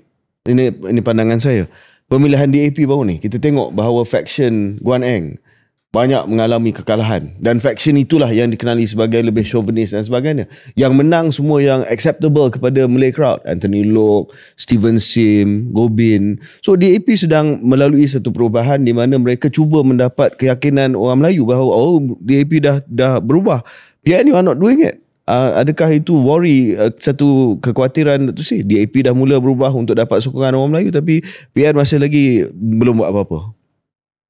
Kita belum umumkan seberapa banyak ramai pemimpin, bekas-bekas pemimpin MCA bersama dengan kita. Tapi 1-2 telah pun ada minggu depan sebagai contoh. Bekas user politik kepada Presiden MCA dulu, Leong Tong Lai. He is coming to join us. Sekarang ni sudah ada 3 orang yang dah umum. MCA Youth yang masih pegang jawatan ni. Umum keluar parti dan join us. Dari segi kepimpinan, boleh. Kalau you kata ada 2 orang Melayu duduk dalam majlis tertinggi DAP, and I can be very proud to say so. Kami dalam satu ni ada bersekutu. And dia dalam majlis tertinggi. Majlis pimpinan tertinggi. 2 of them, one Chinese, one Indian. And not only that, kita juga ada Ronald Kendi. He's a non-Muslim. Naib Presiden kita. Dari segi keterbukaan, I think kita juga lebih kehadapan daripada banyak parti-parti dalam negara kita ni. So you shouldn't question that, whether kita tak melihat ini. Cuma fokus bagaimana strategi ini untuk mendapat lebih banyak, yang itu yang sedang kita lakukan. Saya gemar yang Datuk Seri mengakui dan mengiktiraf bahawa itu adalah masalah asas Perikatan Nasional. Sebab congak-congak biasa Datuk Seri, there is no path. Tak ada jalan untuk Perikatan Nasional menang dalam pilihan raya kalau hanya 5% ataupun 10% pun tak dapat pengundi bukan Melayu. Kalaupun majoriti Melayu masih kekal bersama dengan PN. Jadi bagus yang Datuk Seri nampak ada pengiktirafan tersebut. Cuma dari segi caranya Datuk Seri, kalau boleh kongsi sedikit sebanyak, saya rasa Datuk Seri setuju tak cukup untuk hanya ada wakil dalam kepimpinan tertinggi. PAS dah lama dah ada Dewan Himpunan Penyokong dan sebagainya, tak pun mendapat sokongan besar daripada kaum Cina dan India. So saya tengok kaum bukan Melayu ni, dia bukan hanya nak tengok pemimpin, ex-pemimpin MCA ke apa yang ada kat situ. Bukan itu. Tapi inti perjuangan itu sendiri, adakah boleh relate dengan bukan Melayu? Lepas tu kita balik pada asal tadi. Jangan menyampah kepada operator. Betul, saya simpan lagi komen saya. We need strategies. We need those people who can operate to work together with the non-beliefs. And this is what we are doing now. Okey, kita break dan kita kembali segmen terakhir bersama dengan Ketua Pembangkang dan juga Ahli Parlimen Larut dan seorang sahabat Datuk Seri Hamzah Zainuddin.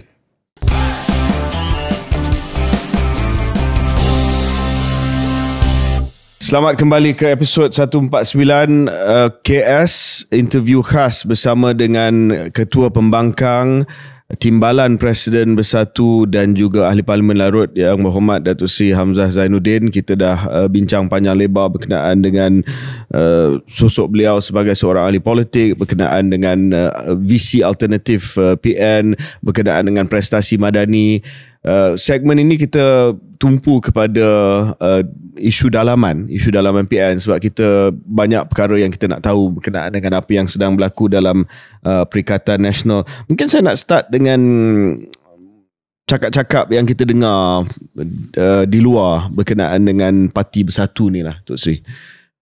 Parti Bersatu, yang pertama orang nak tanya apa hala tuju Parti Bersatu. Masih lagi ada tanggapan yang mungkin sedikit tidak berapa adil. Bersatu ni adalah versi poor version of UMNO lah. Dia macam versi UMNO yang tak apa ni. Adakah itu benar ataupun adakah Bersatu ni the new refresh version of UMNO? Dan yang kedua, ada yang kata Bersatu ni syarat dengan camp. Ada yang kata ada camp Datuk Seri Hamzah, ada camp Tan Sri Mahyudin, ada camp Datuk Seri Azmin. Dan benda ni kita daripada luar ni ada juga tengoklah sewaktu pemilihan Bersatu. Memang biasalah dalam politik ada camp-camp dia. Pertama saya nak jawab tentang apakah Bersatu ni the poor form of UMNO. Saya rasa tak adil kalau kita cakap sedemikian rupa. There are only 2 parties yang dalam negara kita ni. Dia tubuh hari ni, masuk election, the first election, create a prime minister. Dulu, in 1946, 19 berapa UMNO ditubuhkan? Tahun 46 UMNO ditubuhkan, ya. Went for the first election 1952. Jadi prime minister, ketua menteri waktu, chief minister. Chief minister, dan akhirnya jadi prime minister. Menang election. The second party in this country tubuh terus jadi prime minister, Bersatu. It was in 2018. Di situ nampak bahawa maknanya kalau nak menang pilihan raya kena ada penerimaan rakyat. Penerimaan rakyat terhadap Bersatu ketika itu apakah kerana pemimpinnya atau kerana perjuangannya? And itu yang saya rasa menyebabkan orang melihat ini sebagai alternatif kepada UMNO. Tapi kalau kita tengokkan dari segi kedudukan parti kita, Bersatu ni, ia berbeza. Belum ada parti yang boleh berani sebut, the party itself, you tubuh sayap for the non-Malays or the non-Bumi, ketua tu duduk sebagai sayap, ketua sayap. Naib ketuanya duduk sebagai ahli majlis pimpinan tertinggi parti. Tak ada. Yang ada coalition lah. Coalition tu banyak. Tapi Bersatulah the first party yang melakukan ini. Why must you do that? Because we want to strengthen, to make sure we understand perjuangan kepada kaum bukan Melayu dan bukan Bumi Putera ni. We really discuss in the party, not in the coalition. Kalau dalam coalition ni kan gaduh-gaduh, kami keluarlah, yalah, biasalah. But for us, no. Kita nak berikan keadilan, very inclusive. Okay. Everyone will have to come in. And it's got nothing to do with UMNO ke sama dengan UMNO. UMNO tak buat. Okey, itu kekuatan yang Datuk Seri kata sedang dilaksanakan dalam struktur Bersatu. Tapi ambil balik contoh 2 parti saja yang pernah tubuh lepas tu terus menang. UMNO dan Bersatu. Saya boleh kata begini Datuk Seri, 2018 Bersatu pada waktu itu Datuk Seri masih lagi UMNO, Bersatu di bawah Tun Dr. Mahathir menunggang PH, logo pun PKR menang. Bukan Bersatu yang kuat tapi sebab menunggang PH dan masalah 1MDB. Sekarang ni ada orang kata Bersatu ni menunggang PAS yang kuat. Bersatu ni just right, PAS. Fair? Itu persepsi. Tapi the reality is bila kita duduk sekali, kita kena ada strategi untuk memberikan kemenangan. Masa bila PAS boleh menang sampai 40 lebih kursi ni? Yang menyebabkan kami menunggang PAS ni? Masa bila? This is the time.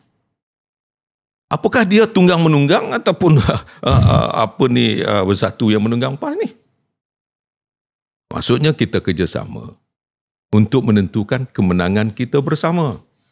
And I cannot say that it is tunggang-menunggang ni. Very good answer. Adil apa yang Datuk Seri katakan, sebab kita judge berdasarkan outcome kan, hasil.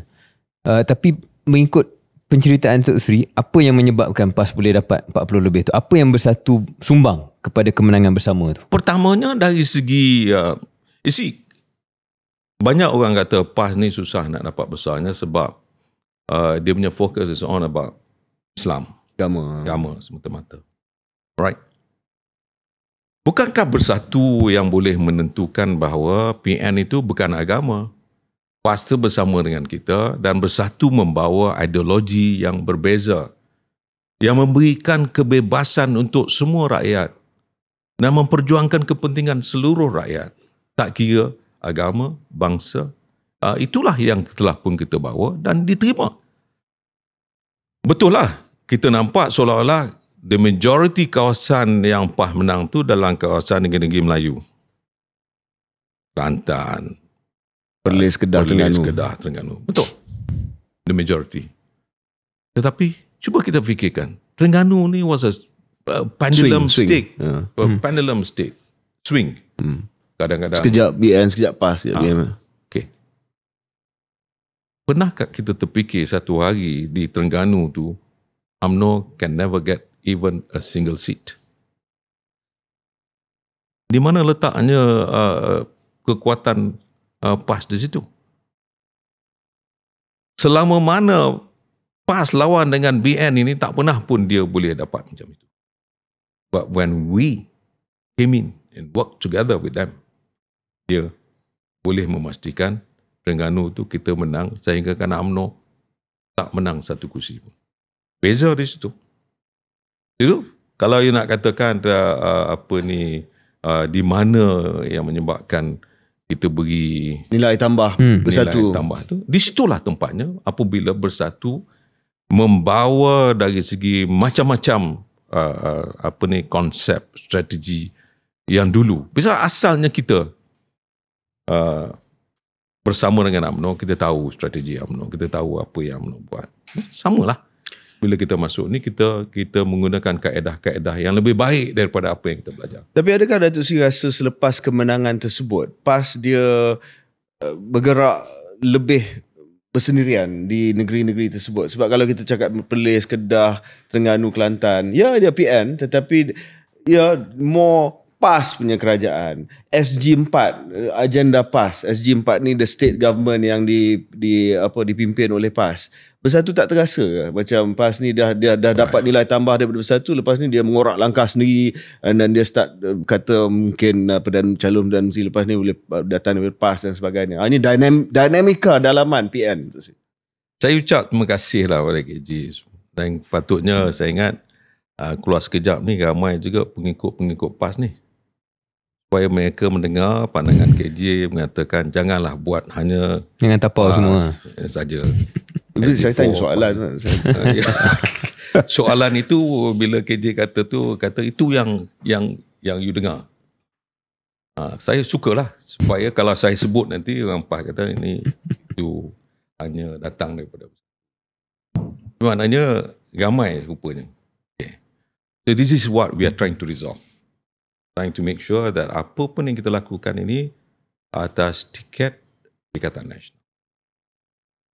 Tuk Sri, masih dalam soal hubungan Bersatu dan PAS, tanggapan yang disebut oleh KJ tadi tu awal tadi soal Bersatu menunggang, dulu menunggang yang ini, sekarang menunggang yang itu, mungkin dia datang, kalau tak tepat pun Tuk Sri, dia datang daripada satu pemerhatian bahawa Bersatu tidak mempunyai akar umbi yang begitu meluas. Kalau Bersatu ingin modelkan dirinya sama seperti UMNO ataupun serupa seperti UMNO, tapi satu komponen asas ni tidak ada.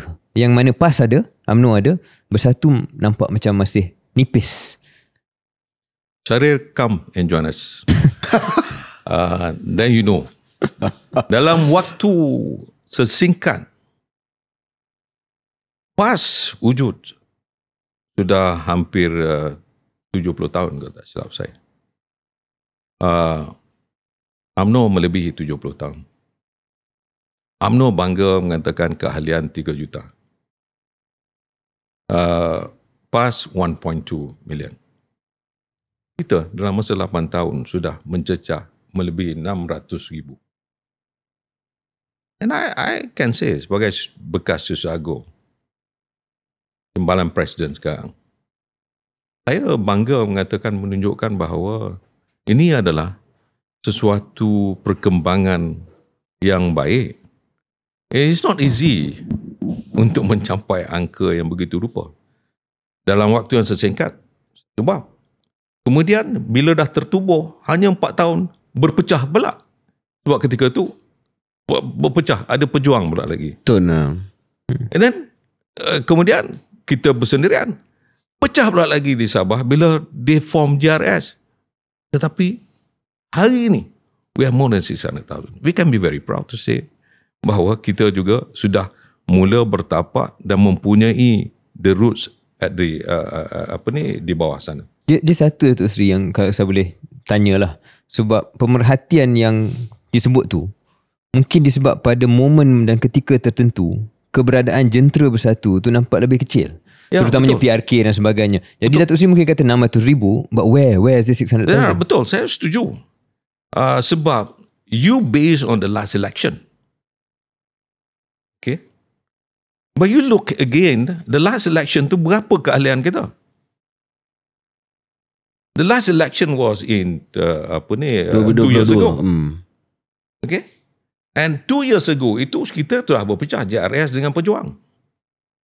And now, walaupun dalam keadaan macam itu, kita mampu. And now we have 600,000.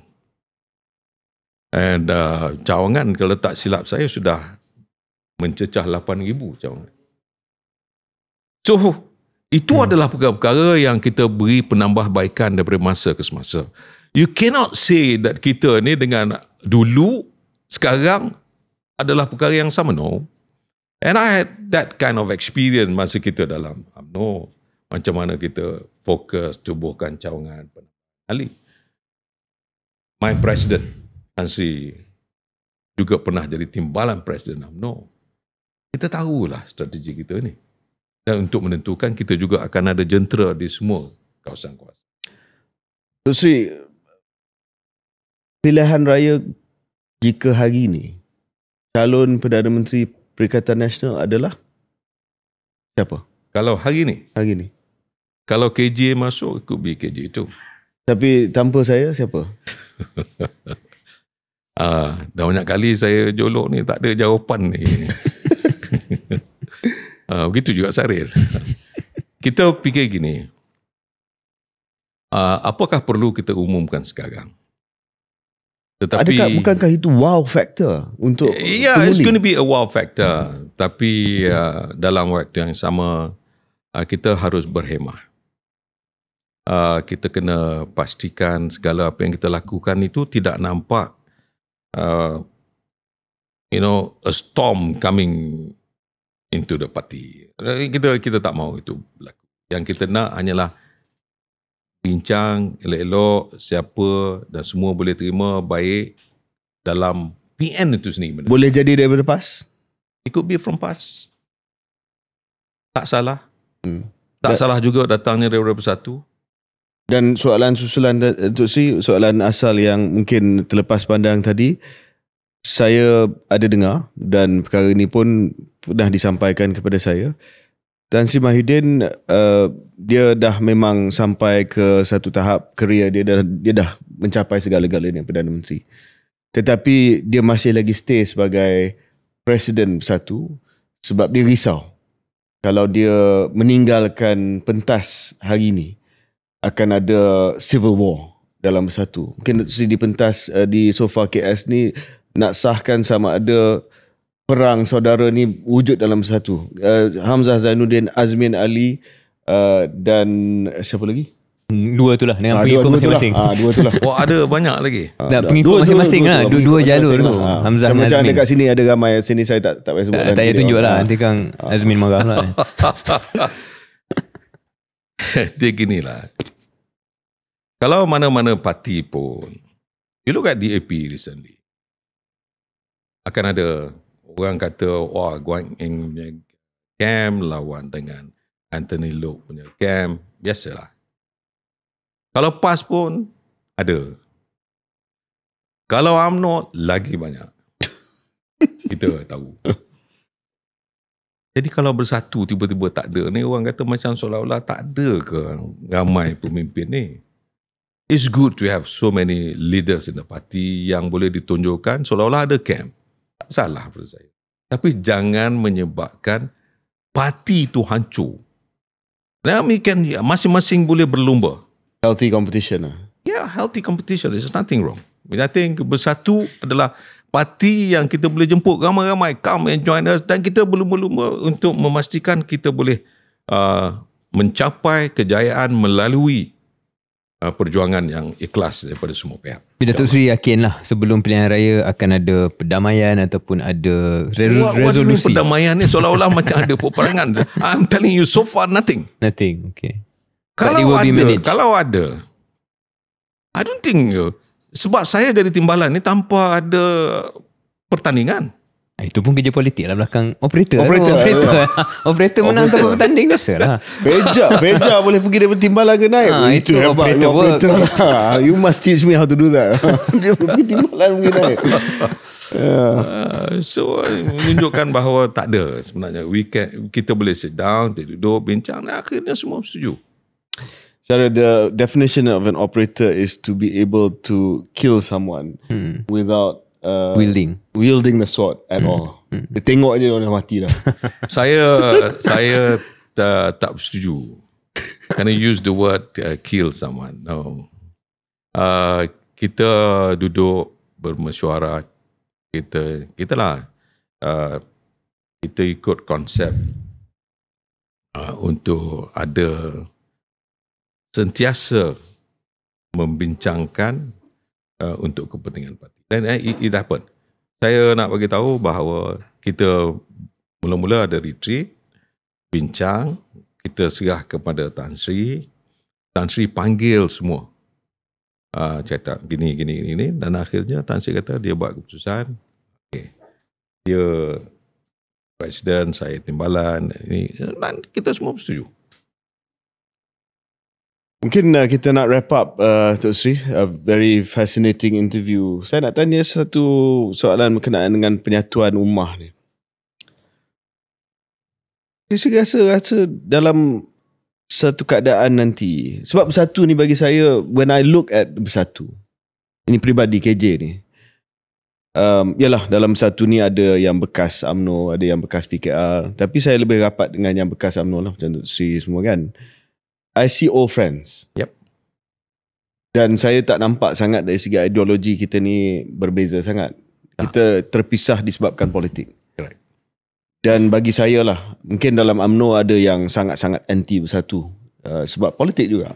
Tapi bila saya melihat kepada Bersatu, dan kalau sekiranya saya kembali ke UMNO ataupun mana-manalah, saya ingin melihat bahawa, why tak berani sebut kembali UMNO atau bersama Bersatu? Whatever lah. Tapi saya kata whatever sebab bagi saya at some point down the line, kita akan bercantum balik. Ini adik-beradik yang sekarang ni terpisah akan sebab tertentu. Ya, akan bercantum balik. Adakah Datuk Seri rasa pun begitu? Ini susah dalam keluar sekejap ni. Bulan Ramadan. Sebenarnya saya tak nampak pun clash yang menyebabkan orang UMNO dengan orang Bersatu ni, atau ahli UMNO dengan ahli Bersatu ni tidak boleh duduk semeja. Saya tak nampak.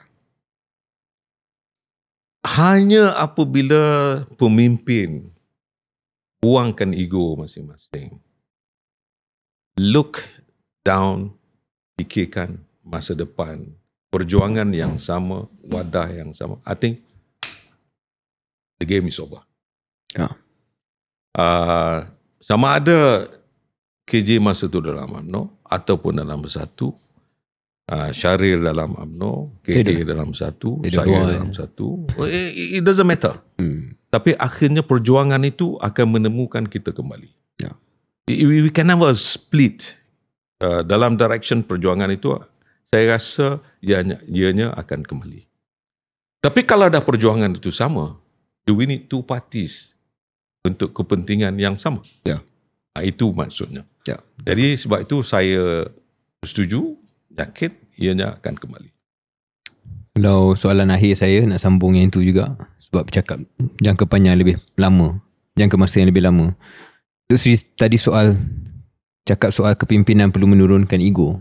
Tapi tidakkah Datuk Seri merasakan bukan sekadar pemimpin tertentu kena turunkan ego, tapi pemimpin tertentu kena tidak ada sebelum sembarang percantuman itu boleh berlaku, dan tanpa menamakan mana-mana pemimpin.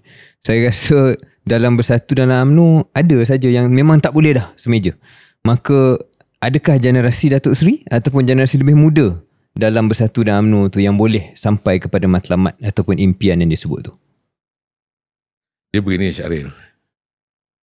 Kalau keluar sekejap ini bukan live, saya boleh bercakap dan menjawab, lepas tu you potong, you live kan. Tapi sebab ianya live, lebih elok kita berhenti di setakat soalan itu dan saya jawab selepas habis.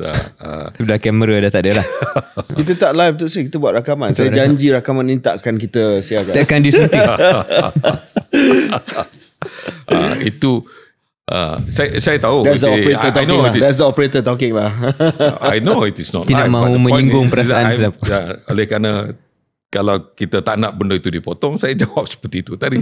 But it's up to you to use whichever angle that you want. Sebenarnya ini sesuatu yang tak payah kita berikan kepada rakyat mengetahuinya. I don't think we need to reveal this kind of thing to the whole world.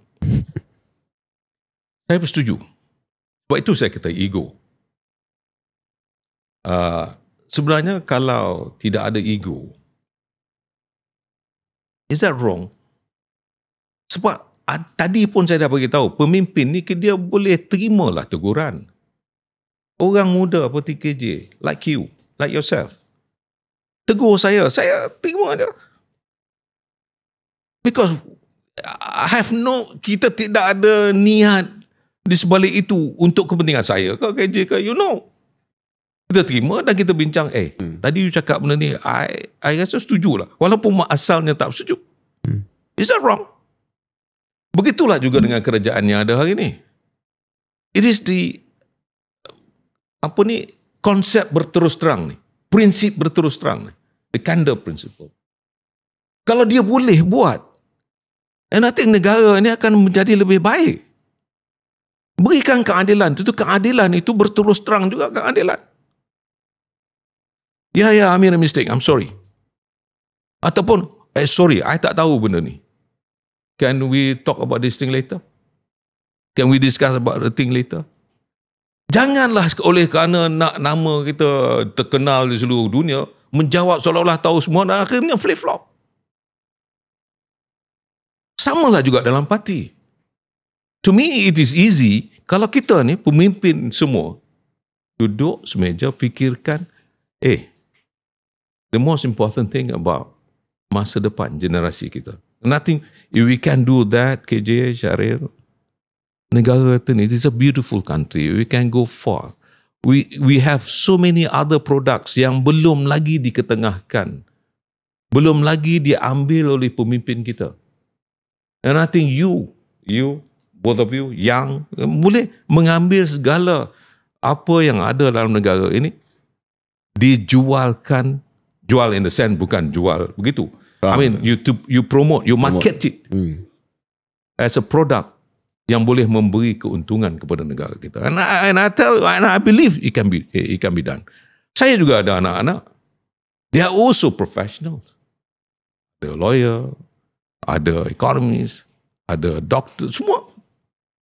Can't they just think and be with all of you and look at it?